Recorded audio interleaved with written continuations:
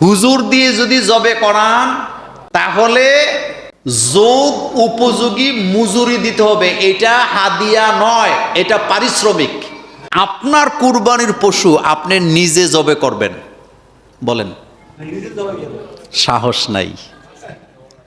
আপনার কুরবানির পশু আপনি নিজে জবে করবেন, কিন্তু আপনার কুরবানির পশু যদি আপনি জব না করেন, হুজুর দিয়ে যদি জবে করান তাহলে যোগ উপযোগী মজুরি দিতে হবে। এটা হাদিয়া নয়, এটা পারিশ্রমিক।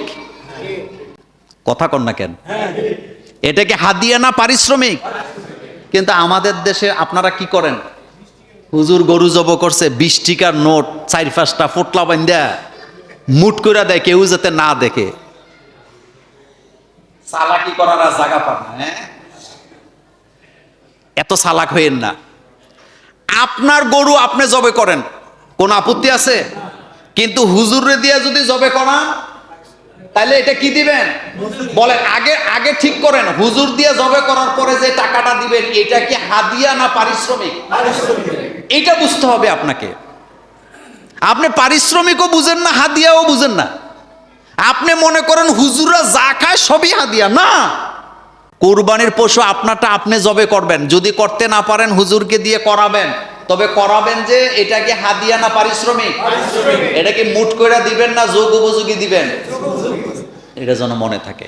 নাম্বার 2, যারা আপনার গরুটা ধরে দিল, যারা এটা কুটলো কাটলো, তাদেরকে কুরবানির গোশত দেওয়া যাবে, তবে সেটা শুধুমাত্র কুরবানি করে নাই বিদায় সেজন্য দেওয়া যাবে। কিন্তু পারিশ্রমিক হিসাবে কুরবানির গোশত থেকে কুরবানি দেওয়া যাবে না।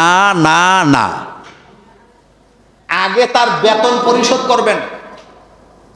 আপনার গরু যে কুটা কাটা করছে তার সাথে চুক্তিবদ্ধ হবেন যে আমার এই গরু তুমি কাটবা, যতক্ষণ লাগে তোমার পারিশ্রমিক এত, ঠিক করে নিবেন। এই পারিশ্রমিকের পরে সে গরিব মানুষ আপনার বাড়িতে কাজ করছে এটা না, বরং সে কুরবানি দেয় নাই, সেজন্য আপনি তাকে গোশত দিবেন। সেটা একেবারে আলাদা হিসাব। কিন্তু আমাদের দেশের মহিলারা কি কয় জানেন? আর একটু বাড়াইয়া দেন, আহারে কত কষ্ট করছে।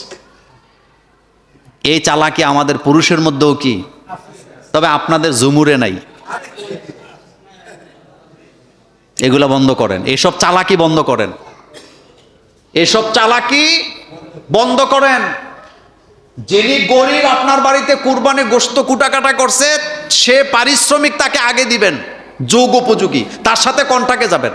আপনি মাটি কাটাইতেছে কন্ট্রাক্ট করে, আপনি বিল্ডিং এর কাজ করাইতেছেন কন্ট্রাক্ট করে, আপনি ঘর বানাইতেছেন কন্ট্রাক্ট করে, তো সে সারাদিন আপনার গরু কুটবে কাটবে, এটাও কন্ট্রাক্টই হবে। কিন্তু আপনি তাকে যেটা দিবেন সেটা একান্ত কি আলাদা হিসাব। এটা গোশত আলাদা দিয়ে দিবেন।